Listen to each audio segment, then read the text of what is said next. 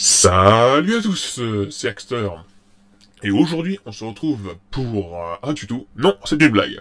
Très drôle. Alors en fait, on se retrouve pour une vidéo un peu spéciale. Pour en fait le début de ce qui va être une suite de vidéos, en tout cas je l'espère, prochainement, de critique photo. Pourquoi? Alors, depuis un certain temps, je m'intéresse à la photographie, en plus des trucs 3D, vidéo, etc. Puisque je trouve ça non seulement complémentaire, euh, pour tout ce qui est dans ce milieu-là de l'audiovisuel, puisqu'on entend par audiovisuel aussi une part, on donne une part importante au visuel, donc à l'image. Et bref, j'avais un appareil photo et du coup je me suis un peu intéressé à tout ça. Du coup, là je vais pas vous faire des cours de photo, que ce soit de technique, Photoshop, Lightroom, etc. sur la photo, hein, d'autres le feront bien mieux que moi. Moi, je vais vous faire une petite critique, donc qui s'adresse un peu plus. Bon, ça peut s'adresser à tout le monde, vu que c'est des critiques, c'est des images, tout le monde les comprend, c'est pour tout public. Mais, si vous voulez, je m'adresse aussi à un public un peu plus avancé quand je vais parler de la technique. C'est-à-dire que je vais pas m'étendre sur, par exemple, qu'est-ce qu'une profondeur de champ, qu'est-ce que c'est l'ouverture, qu'est-ce que c'est le diaphragme, etc. Tout ça, je vais partir du principe que ça vous est acquis, mais vous pourrez quand même suivre cette petite émission, même en n'ayant pas ces notions je dirais de base, mais voilà. Alors, en fait, ça va être... donc, il y aura plusieurs émissions. Donc, là, nous sommes le premier numéro. Et je vais donner mon avis, et je précise bien, mon avis est uniquement le mien, sur 10 photos. Donc, il y aura 10 photos par émission, que j'aurai trouvé sur... la plupart du temps, c'est Flickr ou DeviantArt, 500px, etc. Et à chaque fois, je vous dirai l'auteur, j'essaierai de vous donner les exifs, si on les a. Donc les exifs, petite parenthèse, c'est tous les détails techniques de la photo, avec quel appareil ça a été pris, avec quels paramètres, etc., en quel mode. Et donc vous donner quelques petits détails. Donc je citerai tous les auteurs et je mettrai les liens des sites, des galeries, etc. dans la description de chaque auteur que j'aurai présenté. C'est la moindre des choses. Comme ça pourra faire d'ailleurs connaître des gens que je trouve très bien et que je suis. Avant tout de commencer, j'aimerais bien dire que déjà tout le monde a un ressenti différent en fonction de son vécu, de ses expériences et de ses références par rapport à une image qu'elle soit photographique, que ce soit une image 3D, un rendu, etc. Pour vous donner une idée toute bête, hein, c'est vraiment le premier exemple qui m'est passé par la tête quand j'ai pensé à ça. Je sais pas si vous vous souvenez ou si vous avez vu Wolverine, le combat de l'immortel, qui est sorti au cinéma il y a pas si longtemps que ça. Enfin, un peu maintenant, mais... donc le dernier Wolverine, où en fait à des moments il se retrouve avec Jane il rêve, hein, c'est une sorte de paradis et tout est blanc en fait. Les draps sont blancs, enfin il est dans une sorte de chambre d'hôtel, les draps sont blancs, la fenêtre est blanche, enfin voilà, les plantes sont blanches j'ai envie de dire. Enfin on a vraiment un ressenti de blanc et de pureté. Mais il faut savoir que toute l'histoire de Wolverine, le combat de l'immortel, en tout cas se passe au Japon, se passe à Tokyo, donc au Japon. Et, euh, et donc au Japon, en fait, pour les Japonais, le blanc n'est pas la couleur représentative du paradis, puisque par exemple dans Harry Potter, pareil, quand Harry voit Dumbledore dans le paradis, etc., c'est tout blanc, attention spoil. Mais bon, j'espère que vous l'avez vu quand même, hein, c'est la base. Et donc c'est tout blanc, donc ça représente le paradis en Occident, mais en Orient, le blanc, en tout cas au Japon, représente la mort. Voilà, c'est pour ça que vous verrez par exemple les karatékas ou les mecs comme ça avec des kimonos qui sont blancs, ben, ça représente la mort, voilà. Et le noir à l'inverse représente la paix. Euh, donc du coup, est-ce que finalement, voilà, on peut se demander, il rêve de ça, mais vu qu'en fait Jane est obscure dans ses rêves, etc. Enfin voilà, c'est toute une problématique et tout ça, on peut construire pas mal de choses autour de cela. Donc je trouve ça très intéressant et du coup, les photos, l'avantage que ça, par exemple sur les films, sur les vidéos, etc., c'est qu'on peut poser sa réflexion. On a une image fixe, hein, c'est pas comme si on lisait un film, on faisait pause, parce que ça a été pensé différemment, si vous voulez. Les films, c'est pensé dans l'action, dans la fluidité, etc. Là, une image, c'est pensé, c'est fixé, c'est défini, on a travaillé dessus, l'instant est figé, voilà. À nous de voir ce qu'a voulu hum, faire communiquer pardon, l'auteur de la photo, ou ce qu'on ressent de nous, en fonction donc, comme je l'ai dit, de son vécu, etc. Je voulais rajouter une petite chose aussi avant de commencer, c'est qu'une photo a une valeur technique, mais aussi émotionnelle. C'est-à-dire, j'ai entendu un photographe dire un jour, je sais pas si vous le reconnaîtrez, mais qui a dit qu'il y avait dans une photo 20% de technique pure, hein, voilà, où est-ce qu'on va placer les lumières, l'appareil photo, machin, en post-prod, etc. Et 80% qui vont être fournis par les émotions. Voilà, par l'émotion ressentie, l'émotion mise au travail, l'émotion pendant la prise de vue, etc. Mais j'aimerais bien rajouter quelque chose à sa citation. Oui, parce qu'il y aura une citation en fin de vidéo à chaque émission. J'ai envie de dire que sans la technique, on va quand même avoir beaucoup de difficultés à réaliser ce qu'on veut. Voilà, donc je vais tout de suite commencer et puis vous parler un peu de tout et de rien. Alors j'ai ouvert les images dans Photoshop et à chaque fois elles sont ouvertes et avec le nom, etc. Alors on va commencer tout de suite avec Loss of Gravity by Shift. Alors à chaque fois ils ont des pseudos assez compliqués, hein, je m'excuse si je les dis pas correctement.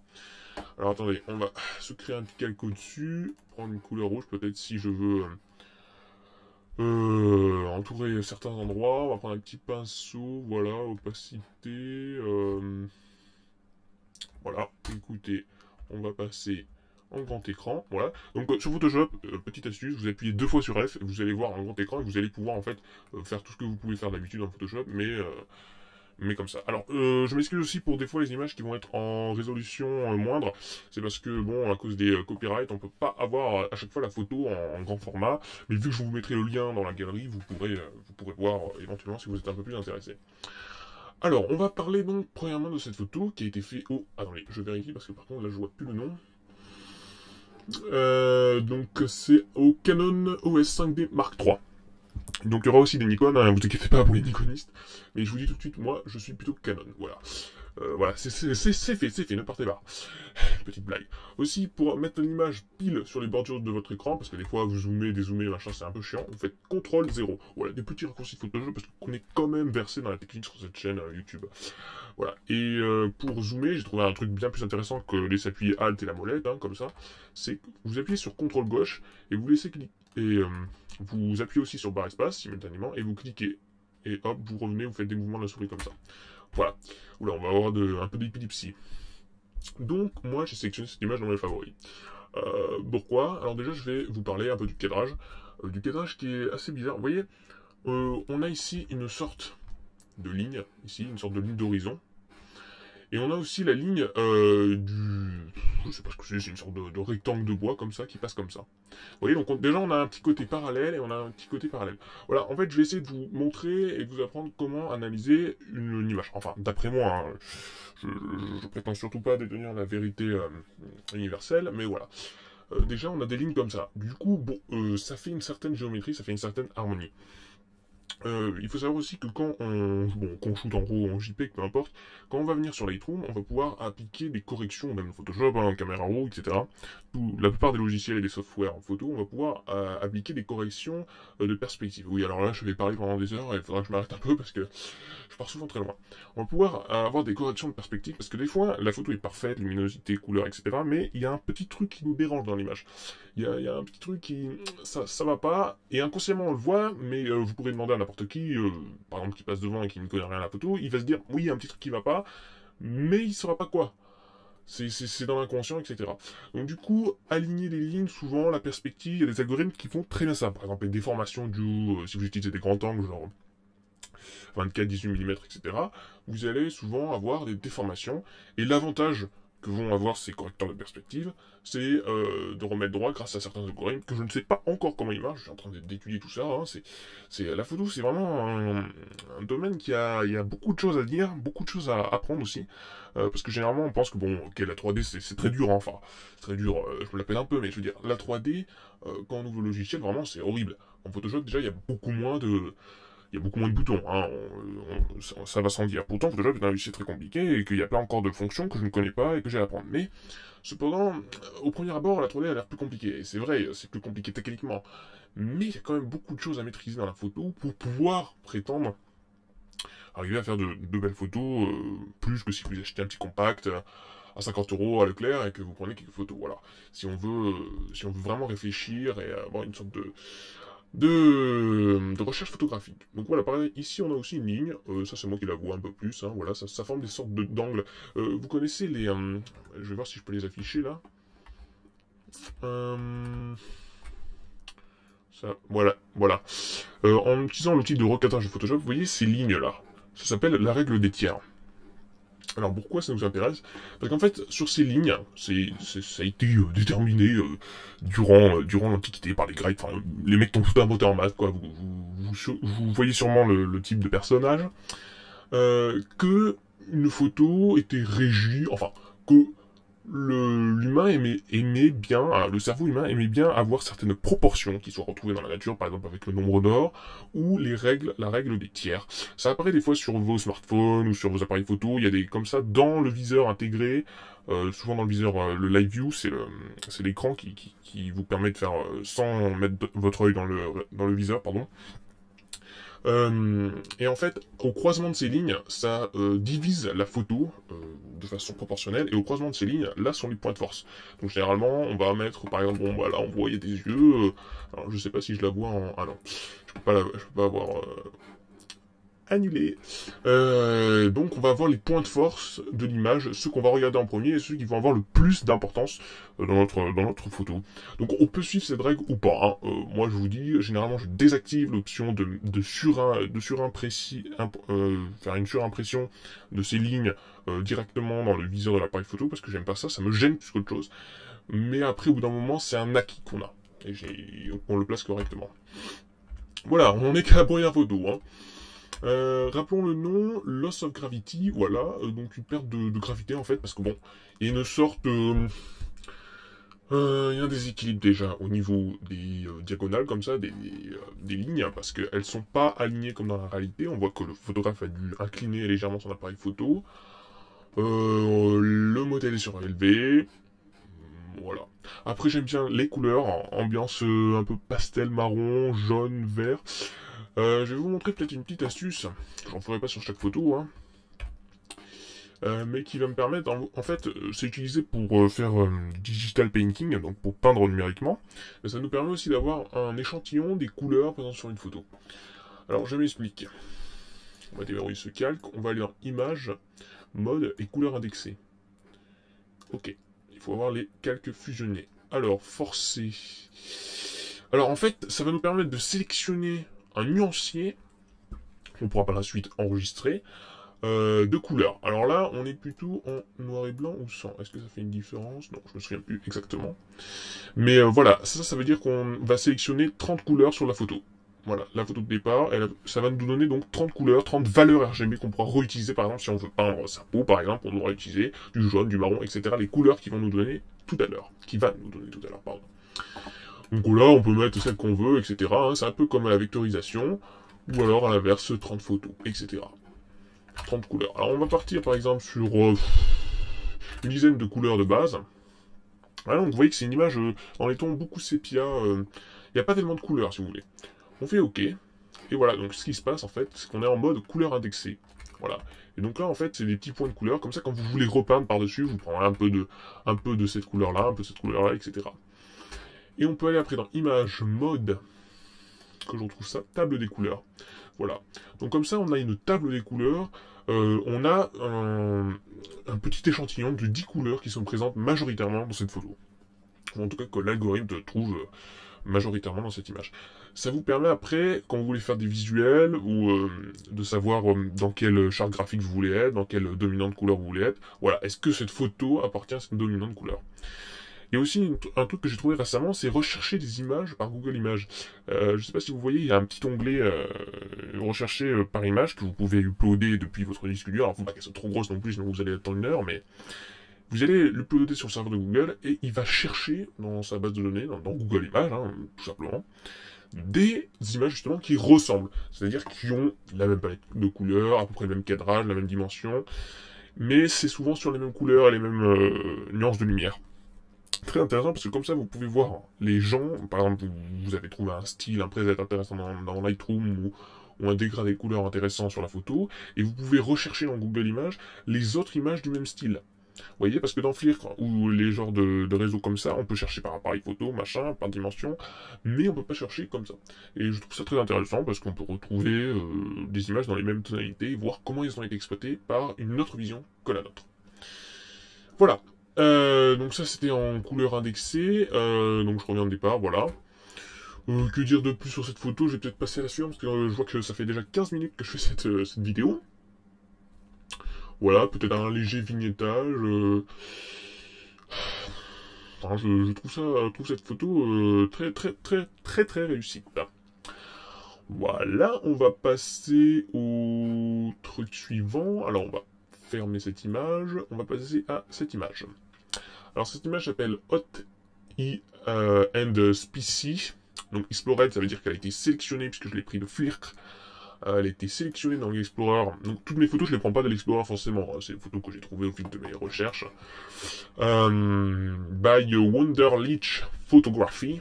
Je crois que c'est en allemand, je sais pas. Je me souviens plus. Et attendez, j'avais les petites exifs. C'était fait au Canon EOS 5D Mark III. Alors le Canon EOS 5D Mark III, pour vous situer un peu pour ceux qui ne connaissent pas, c'est un appareil photo à environ 3000 €. Et c'est un appareil photo très réputé dans la gamme pro. Voilà. Mais on peut faire ce genre de photo avec un autre appareil, ne vous inquiétez pas. Alors, que dire de plus? Voilà. Il a fait une petite surimpression, vous voyez, il met pas de signature, et on dispose quand même d'une image en assez bonne résolution, hein. Mais, voilà, il a mis Autispiscy, NSPC, voilà, le petit signe en dessous du 1, là, pour faire ce et. Je sais pas comment ça s'appelle le terme exact. Mais voilà. Tout simplement. J'aime bien aussi quand il y a des titres comme ça, simples.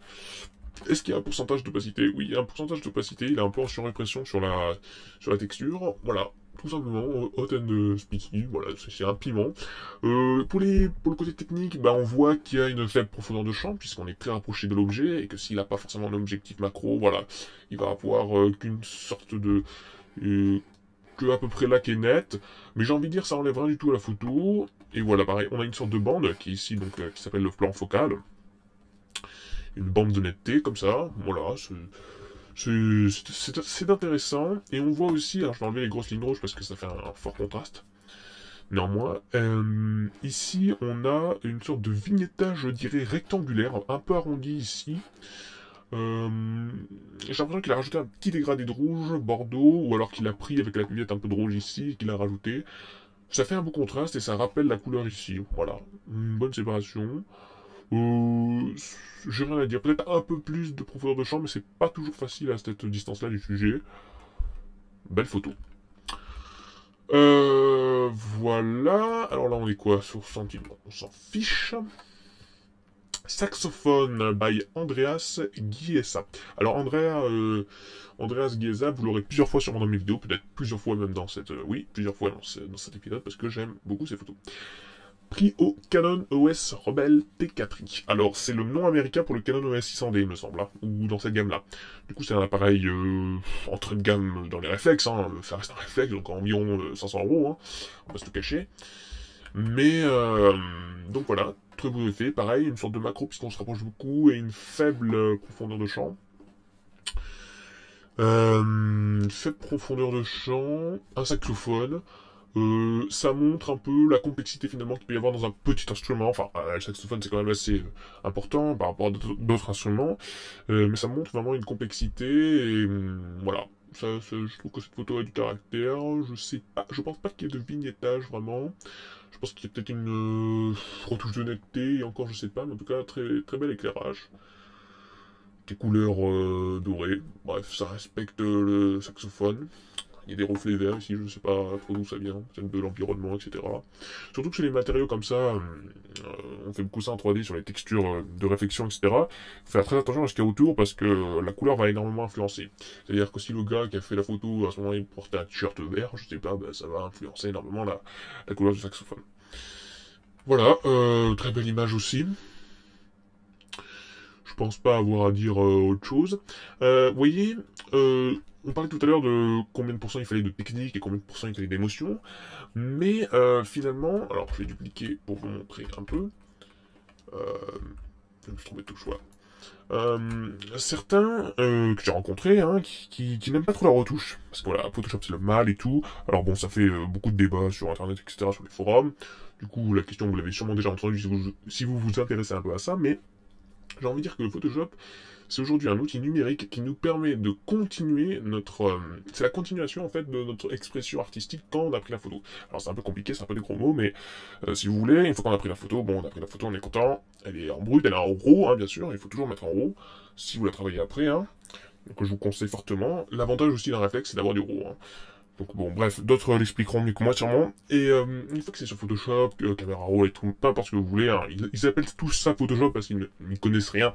Enfin, qui savent même pas à quoi ressemble Photoshop. Donc ils disent ah c'est du Photoshop, c'est retouché. Bon, non, déjà il y a plusieurs logiciels, plusieurs manières, plusieurs workflows. Chaque artiste va avoir un workflow spécial. Par exemple Serge Ramelli, que vous pourrez retrouver ses vidéos sur YouTube. Je fais un peu de pub pour lui parce qu'il fait des très bons tutos dans Lightroom et des fois un peu Photoshop, et ben il a un workflow très établi, c'est-à-dire que voilà, il va faire une post-production de façon ordonnée, etc., qui va donner à chaque fois un rendu qui lui est spécifique. Du coup, quand on voit la photo, c'est Serge Ramelli ça, ou alors c'est du genre, ou celui-là, il a suivi le tuto d'un tel. Ça donne une patte artistique. C'est une suite, c'est une continuité. Après, je suis d'accord que apprendre Photoshop, c'est chiant, hein, on va pas se le cacher. C'est long, il y a plein de trucs, il faut regarder des tutos, comprendre des notions qui parfois nous dépassent tout simplement, on n'y comprend pas grand chose quand on débute dans ce milieu. Et je comprends qu'un photographe amateur n'a pas forcément envie de se plonger dans Photoshop et dans le manuel qui fait 2000 pages, hein, ou alors de chercher et de regarder des heures de vidéo. Mais si on le maîtrise, je vois pas pourquoi on s'en priverait. Voilà, Photoshop, Lightroom ou un autre, hein, des logiciels de retouche. Hein, Photoshop c'est la référence, mais retouche de GIMP, machin. La retouche. Alors par exemple, moi avant, quand je traitais mes photos, je voulais absolument qu'il n'y ait aucun défaut. Hein, c'était un défaut, justement. Par exemple là, je zoomais, je prenais mon correcteur et hop. Surtout pas. Enfin, ça dépend de la photo et ça dépend de ce qu'on veut transmettre. Mais là, par exemple, pour le saxophone, on veut voir que par exemple, les structures métalliques sont usées parce que elles ont bougé quand l'artiste appuyait, etc. Euh, c'est par tout ça, c'est par ces petits défauts qu'on peut faire ressortir ça. Et je trouve qu'aussi on est là avec la retouche à tout enlever. Bon, peut-être des fois c'est bien, mais des fois c'est pas forcément bien. Donc faut pas trop abuser. Mais je pense aussi qu'il faut abuser d'abord pour se rendre compte sur ses propres œuvres que ça ne va pas. Voilà. Parce que je sais, ça a été un flagrant délit quand je suis allé voir Resident Evil. C'était le combien? C'était le 5, je crois. Tout le film, c'est-à-dire même, si vous voulez, c'était dans l'usine ou je sais plus quoi avec les monstres, même la tête du monstre était parfaite. C'est-à-dire que la texture n'était pas assez salie. C'est comme les éléments de CG, les éléments 3D, quoi, en anglais. Les éléments virtuels, les éléments 3D sont parfaits. Géométriquement, la texture est parfaite. Il faut utiliser des shaders, utiliser des couches qui vont rajouter de la poussière, qui vont rajouter des débris, de la dirt, comme on dit en anglais. Voilà, il faut rajouter tout ça, et une texture, ça se travaille. C'est pas juste on fait une texture dorée, parce que c'est jamais doré. Il y a des traces d'empreinte digitale, il y a de la réflexion là, il y a une rayure, il y a du noir, il y a une tache de gras, il y a une tache, je sais pas. Peu importe. Et pour que ce soit un look plus réaliste. Et dans les photos, on a au départ ce look réaliste. Donc bien sûr, il y a la part artistique qui joue, mais il faut pas non plus tout effacer, tout le travail, tout ce qu'on pourrait ressentir en voyant ce saxophone en vrai. Voilà ce que je voulais dire. On passe à la suivante photo, parce que ça fait pas mal de temps maintenant. Alors, Splash by Sandro Tasca. Alors cette fois, ce n'est plus Canon qui l'a pris, c'est un Nikon D300S. Alors par contre, pour le Nikon, je n'y connais rien. Voilà, je crois que c'est bien, mais je sais pas. Ça c'est une photo prise avec une haute vitesse. Il est lâché des noix dans un bac d'eau et sûrement avec un drap noir derrière et un éclairage avec un flash sûrement qui est capable d'utiliser une synchronisation à haute vitesse, donc pas celui intégré au boîtier. Puisque lui je crois que généralement, en tout cas pour les Canon, c'est vers un 250e, un 300e qui peut plus suivre pour la vitesse de l'obturateur, mais avec les flashs à haute synchronisation, comme les Cobra, etc., pour les Canon toujours, on peut, je sais pas comment ça marche pour les Canon, ça doit être à peu près similaire, on peut arriver à faire ce genre de shoot.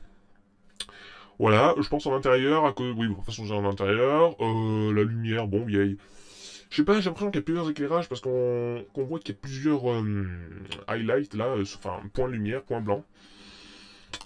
Très belle photo, bonne profondeur de champ, il y a un tout petit peu là qui est flou, mais j'ai envie de dire, ça se trouve c'est bien derrière, on ne connaît pas la profondeur du bac. Et voilà, le bac est assez enlevé, et c'est pas mal. honnêtement c'est pas mal. J'aime beaucoup la texture de ces noix là, qui est peut-être avec l'eau ça fait une sorte d'effet grossissement, d'effet de netteté, je sais pas ce qui se passe au niveau procédé optique, mais ça a l'air assez intéressant. Peut-être ça qui gêne un peu. Mais sinon, voilà. Et puis, il y a des petites traces jaunes, là. Alors, je sais pas si c'est volontaire, si ça a été du truc à couler sur la noix avant qu'il la lance, ou si ça a été une lumière parasite. Mais ça, je pense qu'il aurait pu enlever peut-être un peu en post-prod, mais sinon, bon, il n'y a rien à dire, hein, une image parfaite, d'ailleurs, sinon je l'aurais pas pris. Pour vous la présenter. Alors, sans titre. Sans titre, bah, c'est sans titre. By Lou Noble. Lou Noble aussi, qui a fait pas mal de belles photos, en tout cas qui me plaisent bien. On n'a aucune info sur les exits, cependant. Merci Lou Noble. Et alors là, bah, c'est une sorte de piscine là. Ça fait un peu ambiance USA avec la couleur vintage rouge et rose là, un peu couleur rétro. En plus, je pense que si on zoome, voilà, on va avoir une sorte de grain. Je pense pas que c'est dû au ISO puisqu'il est en pleine journée. Hein. Surtout qu'on n'a pas trop de blanc cramé, etc. Peut-être qu'il a retouché après. Enfin, il a retouché, mais je sais pas s'il a retouché les hautes lumières. Mais j'ai l'impression qu'il y a du grain qui serait rajouté. Peut-être par DxO ou ce genre de logiciel pour donner un petit effet argentique. Puisque l'aspect de cette image, on dirait une pellicule un peu vintage, etc. Donc c'est sympathique, ça fait bien ressortir les bleus. J'aime bien quand il y a un contraste comme ça entre les rouges et le bleu, oui, parce qu'il faut savoir que une des astuces qui m'avait été donnée par par Fleurna, c'était d'utiliser des couleurs complémentaires dans vos créations. Du coup, vous voyez, le rouge et le cyan sont inversés sur la roue chromatique, puisqu'en fait, ça représente les couleurs qui sont inversées sur la roue chromatique. Donc, si on a du bleu, du cyan et à la fois du rouge sur la même image, on va exciter certaines parties du cerveau qui sont réceptives justement aux couleurs complémentaires. Et du coup, bah là, on va créer un effet plutôt agréable. Voilà. Après, on a du violet, peut-être un peu de jaune, sachant que le jaune est inversé avec le bleu. Du coup, voilà. On a des tonalités, des couleurs, un panel de couleurs assez intéressant. Que dire de plus sur cette image? Bon, c'est comique de situation, hein. On a une sorte de piscine parfaite. Généralement, on prend pas en photo des gros bonhommes dans les piscines. Là, ça a l'air d'être un homme d'affaires, etc., qui en a eu marre et qui a sauté tout simplement dans l'eau, je pense. Hein. Ou peut-être pas sauté parce qu'il a encore les cheveux bien coiffés. Mais peut-être pour la photo, qui est allé dans l'eau, qui a voulu se rafraîchir parce qu'il faisait chaud, hein, je sais pas, ça doit être en Amérique ou un truc comme ça. Peut-être que c'est écrit dans la description de la photo, je m'en souviens plus. Oui, parce que la plupart des gens que je suis sont anglais, en tout cas sur Firk. Voilà, une photo marrante, beau comique de situation, il y aurait un petit texte, ça pourrait faire parfait comme des photos Facebook. Voilà. Rain Season by Andreas Giesa. On la retrouve. Enfin, on retrouve Andreas. Je sais pas si c'est une fille ou un gars. Prise avec un Canon EOS 6D. Donc celui juste avant le 5D. Mais excellent tout de même. Cam Pro. J'ai envie de dire belle profondeur de champ. Doit pas trop être ouvert non plus puisque on a quand même ici une belle zone de netteté qui remonte tout ici. Alors peut-être un peu de flou ici. Je sais pas si c'est dû au flou de bouger. Ça m'étonnerait. Très belle photo, pareil, on va voir ici que la balance des couleurs, le jaune et le bleu sont inversés sur la roue chromatique, donc c'est des couleurs complémentaires, qui vont augmenter l'impact de l'image. Une botte, préparation pour la pluie, littéralement. Il aurait peut-être pu virer cette feuille quand même, parce que ça fait un petit défaut, et l'algorithme aurait bien marché sur un fond flou comme ça en plus, l'algorithme pour virer. On aurait pu le virer parce que ça gêne un peu, peut-être. Et ici aussi. Voilà, moi je suis très perfectionniste, c'est mon style, mais puis peut-être redresser cette marque qui ne suit pas exactement les lignes qu'on peut voir ici. Et puis peut-être virer là, je sais pas. Sinon, très belle photo qui a été choisie dans l'Explorer, je crois, il me semble. Je sais pas, je l'ai pas écrit, mais je crois que je l'avais vu sur l'Explorer. Garage noir. Alors c'est bizarre parce que je crois que la personne est anglaise. Enfin c'est encore notre Lou Noble. Hein. Lou Noble a fait des choses assez intéressantes. Donc un 5D. 5D tout seul je pense que ça veut dire Mark 1. Hein. Je ne suis pas spécialiste mais bon très bien quand même. Alors tout de suite quand j'ai vu cette image c'est après avoir vu Black Swan. Parce que Black Swan, vous regarderez des images avec Mila Kunis, carrément la même tête, exactement le même maquillage comme ça prononcé sous les yeux. Ses yeux un peu ensanglantés. Vraiment, ça m'a vraiment fait tout de suite penser à Black Swan. Je doute pas même qu'il avait une sorte, qu'elle avait Nathalie Portman, qu'elle avait ça, enfin un petit accessoire comme ça dans les cheveux, enfin elle était un accessoire puisque c'était la représentation du grand signe, mais bref, pour ceux qui connaissent pas Black Swan, en fait c'est une histoire de danseuse, on voit rarement ça dans le cinéma, mais vraiment on se rend compte de toute la difficulté qu'ont les danseurs et de toute la patience et la maîtrise qu'il faut avoir dans la danse. Qu'on ne soupçonne pas du tout quand on regarde de la danse dans un spectacle comme ça, etc. Alors là, je sais pas s'il va faire de la danse, hein, mais ou je sais pas s'il est danseuse, peu importe, mais pour faire un parallèle, vraiment, moi quand je suis sorti de ce film, je me suis dit, ah oui, quand même, bon, je savais de loin qu'il y avait un spectacle qui s'appelait Le Lac des Cygnes, etc., puisque c'est le principal sujet du film, mais l'entraînement que ça demande, les efforts, l'attention, tout ça, ça reste un monde humain, réel, et réaliste, où tout n'est pas magique, et puis où tout l'est peut-être aussi, justement, on sait pas, c'est l'avantage de ces films comme ça, on se pose des questions, être ou ne pas être, telle est la question. Voilà, on divague un peu de notre sujet, on voit que la couleur des yeux rebondit un peu sur le maquillage ici, peut-être dans les couleurs aussi de l'arrière-plan, une profondeur de champ qui s'arrête, je pense, à peu près là, donc c'est bien parce que comme ça, on a en fait, on est attiré d'abord par ses yeux, par son visage, et on fait un dégradé comme ça. Et après, on remarque le fou. Voilà, parce qu'il y a aussi un sens de lecture. Voilà, on va remarquer ça, ça, ça. Et après, on va peut-être regarder ici. Voilà, donc il y a un sens de lecture important. Bon, très bonne photo. Hein, voilà, j'ai envie de dire aucune retouche supplémentaire. Peut-être enlever un peu les cheveux, mais sinon ça aurait fait trop magazine, trop. J'enlève tous les détails, quoi. Voilà, il faut pas trop non plus tomber dans ces clichés. On ferme, on passe à la suivante. Alors là, c'est Émilie Rudy. Donc je pense que des fois les titres de la photo ils sont pas très inventifs, hein, mais j'avoue j'ai du mal aussi à trouver les titres pour mes photos. Imaginez vous avez 10 000 photos et vous devez les nommer comme ça, ça doit pas être simple. Hein. Donc Émilie Rudy. Ah, j'ai pas regardé les exifs. Ah, là on a plus d'exifs. On a un Canon 5D. Alors, pardon, j'ai oublié de dire l'auteur, Sarah Kiesling, qui fait une très belle photo aussi. Donc avec un Canon 5D Mark II au 85 mm. Ouverture 1.8 avec de la lumière naturelle. Alors, 85 mm. Donc 85 mm, c'est la taille de l'objectif qui a été utilisé, et généralement, on utilise justement des objectifs entre 50, enfin, on peut aller jusqu'à 35, jusqu'à, peu importe, 150, 200 mm, pour tout ce qui est portrait, ou même portrait où on voit la moitié du buste. Pourquoi? Parce que quand on utilise des grands angles, ça va déformer, et ça va pas être très flatteur pour le sujet. Et quand on utilise des grandes optiques, à l'inverse, là on va utiliser ce qui s'appelle la compression des plans et on va rapprocher ce qui se trouve derrière. Donc tout l'arrière-plan ici, on va le rapprocher. Alors là, vu que c'est un 85 mm, c'est entre les deux, mais il faut se rappeler que le Canon 5D Mark II est un appareil qui dispose d'un capteur plein format. Du coup, on va pas avoir de coefficient de réduction parce que, en effet, les optiques au départ sont prévues pour les pleins formats. Le plein format, c'est 24 par 36.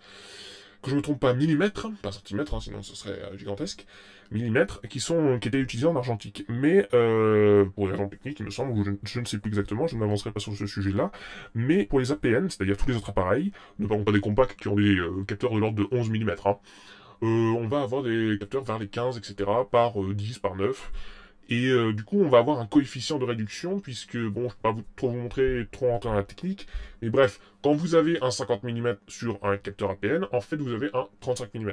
Voilà, et à chaque fois, vous faites une petite conversion.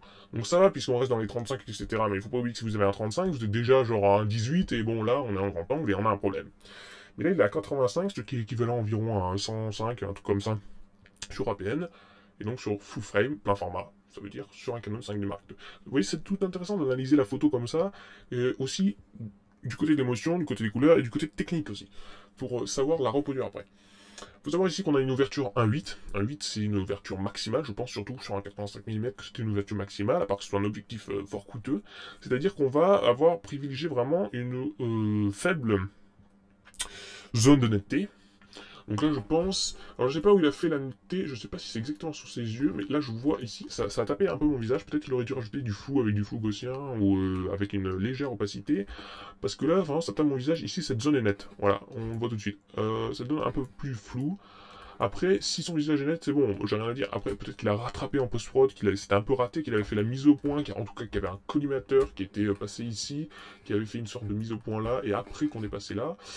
Mais s'il a rattrapé avec des filtres, etc., dans Photoshop, qui est tout à fait possible. Après, on peut pas non plus rattraper un bus qui bouge et faire le fichier, hein, faut pas non plus rêver. Mais tant qu'il arrive à faire ça, ça va. Donc voilà, en fait, quand on fait du portrait, absolument que son visage soit honnête et privilégier les yeux. Enfin, moi, c'est tous les conseils que j'ai vus, hein, que je vous livre ici, parce que généralement, dans ce genre de photo, quand vous regardez l'image, la première chose qu'on voit, c'est ses yeux. Voilà. Et du coup, j'ai pris aussi cette photo parce qu'elle avait un regard assez intéressant à observer. Dans notre civilisation, généralement, on est attiré par le regard. Voilà. Le regard dans les photos vont être très importantes. Quand vous faites du portrait en tout cas, parce que si vous faites pas de portrait, etc., c'est pas très intéressant. Alors là, j'essaye de voir, parce que des fois, quand on a des images comme ça de grande résolution, on peut apercevoir le photographe dans l'œil. Alors des fois, c'est pas très esthétique. Et il y a des techniques pour enlever, pour changer un peu le reflet, mais là, ça va. Je trouve que, bon, de toute façon, de loin, on le voit pas, et même en zoomant, je n'arrive pas trop à voir si c'est un photographe, etc. On peut changer le reflet dans l'œil aussi, ça c'est possible. Peut-être ajouter du micro-contraste dans l'œil, mais peut-être pas. Peut-être pas. Il a fait un bon choix. Alors, là aussi, je vois une petite zone de netteté en plus, que j'ai remarqué. Un peu de cheveux ici. Ici, il y a une petite mèche qui bouge. Bon, il aurait pu l'enlever peut-être parce que ça aurait fait peut-être un petit peu plus parfait. Mais pourquoi pas. Pourquoi pas. Voilà. Ça, c'est mon défaut, vouloir enlever les trucs. Donc, de toute façon, à chaque fois, je vais vous dire ça. Distorted Koalas. Je pense pas que ça a un rapport avec les koalas. Blague nulle. By Gero N, utilisé avec un Nikon D300. Alors, pourquoi cette image? Quand j'ai vu cette image-là, j'ai tout de suite pensé à Tron Legacy. Rayon de lumière, néon, couleur. Bon, alors c'est pas du tout les couleurs de Tron Legacy, puisque Tron Legacy, on a une forte dominante bleue. Mais là, on pourrait penser que c'est les ennemis de Tron Legacy qui ont justement une forme de rouge, jaune, orange, etc. Donc des couleurs qui se marient très bien, une sorte de néon. Je sais pas comment ça t'est fait donner, je sais pas si c'est de la post-prod totale, ou si c'est en vrai, mais en tout cas cet endroit est très, très beau. Je pense que les noirs ont été accentués, parce que quand même avoir une plage dynamique comme ça juste ici, je pense que les noirs ont été accentués. Et vous voyez finalement, alors je ne connais pas trop assez le capteur de l'appareil Nikon qu'il a fait, mais vous voyez on n'a pas tellement de bruit, c'est plutôt de la pixelisation due à la compression de déploiement sur FLIR, je pense. On n'a pas tellement de bruit, ou alors il a retouché le bruit localement, justement en ajoutant du noir, comme ça c'est plus facile, hein, on part en noir par-dessus, on enlève toute trace de bruit. Le bruit c'est les petits points que vous voyez quand on photographie la nuit, le soir. Ou donc on va demander à notre capteur des capacités plus qu'importantes. Vous voyez, je sais pas si vous avez remarqué, mais là je vois tout de suite que même sans les exifs, je sais que c'est au grand angle. Parce que ici je vois les déformations, voilà, une sorte de déformation comme ça en rond. Alors là on voit pas trop parce que c'est rouge, rouge sur rouge, mais on a une sorte de déformation au grand angle qui est typique vraiment, en courbure comme ça, comme les GoPro, voilà. Vous savez pas ce que c'est grand angle, vous représentez la GoPro. Ça ressemble à ça. Voilà, il y a des lignes très courbées comme ça, pareil, genre comme quand on observe la Terre d'en haut, voilà, on a des sortes de courbures ici. Le grand angle, je pense qu'il a utilisé parce qu'il avait pas assez de place pour mettre tout dans le cadre. Mais finalement, ça crée un petit contraste, vous voyez, c'est pas des lignes toutes droites, toutes géométriques. Voilà, voilà ça c'est droit et ça c'est un peu rond.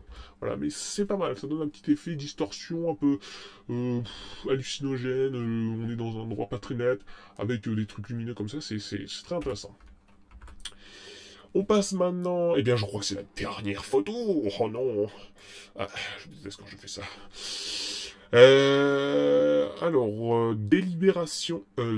Délibération, oui, pardon. Explore, donc qui a été sélectionné dans l'Explorer.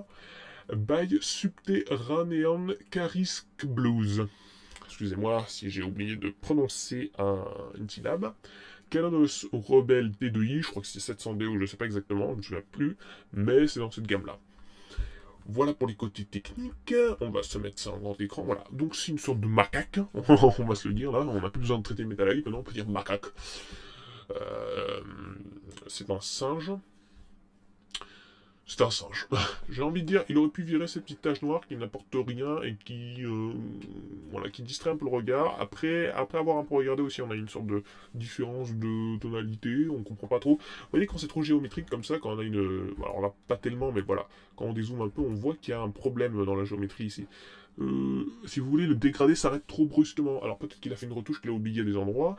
Mais généralement, pour que ce soit un peu plus lisse, etc., il faut vraiment avoir un dégradé correct, pour surtout pas que l'œil s'accroche sur les regards comme ça. Après, on voit que ce macaque a des pellicules, c'est pas bien, il a pas pris sa douche. Peut-être qu'il aurait pu les enlever, mais bon, c'est le côté naturel. Aussi un poil qui a brillé ici, qui a brillé. On a une lumière qui vient d'en bas, qui est très flatteuse, je trouve. La lumière est très bien, le regard est très bien aussi. Peut-être gêné, vous voyez, ici par les cils, je sais pas trop ce que c'est. Qu'il aurait peut-être pu enlever, un peu travailler, mais bon, pourquoi pas. très bonne photo. Alors, je vais faire un petit truc quand même. Si il regarde cette vidéo, de toute façon, je vais lui envoyer et le spammer. LIGHT, Metalite, voilà. Il sera très content, je pense. Attendez, je vais faire une prise d'écran quand même, parce que c'est énorme. Énorme! Voilà, bah écoutez, on arrive à la fin de cette vidéo. J'espère que ça vous aura plu, ce premier épisode, qui a quand même duré une quarantaine de minutes, hein, quand même assez conséquent. Je m'excuse aussi pour l'inactivité de ma chaîne, j'en suis conscient, que je sors pas les vidéos, pas toutes les semaines comme avant, parce que j'ai des trucs en IRL assez importants et assez longs à faire. Du coup, j'ai pas mal de travail, pas beaucoup de temps pour les vidéos. Voilà, je m'excuse d'avance, j'essaye d'en faire, je vais essayer d'en faire encore. Mais, et puis pendant les grandes vacances aussi, je vous servirai un peu plus. Voilà, on va finir donc sur notre citation de l'émission. Donc une citation qui nous vient de Henri Cartier-Bresson. Photographier, c'est mettre sur la même ligne de mire la tête, l'œil et le cœur. Réfléchissez les gens. Salut à tous, c'est Dexter.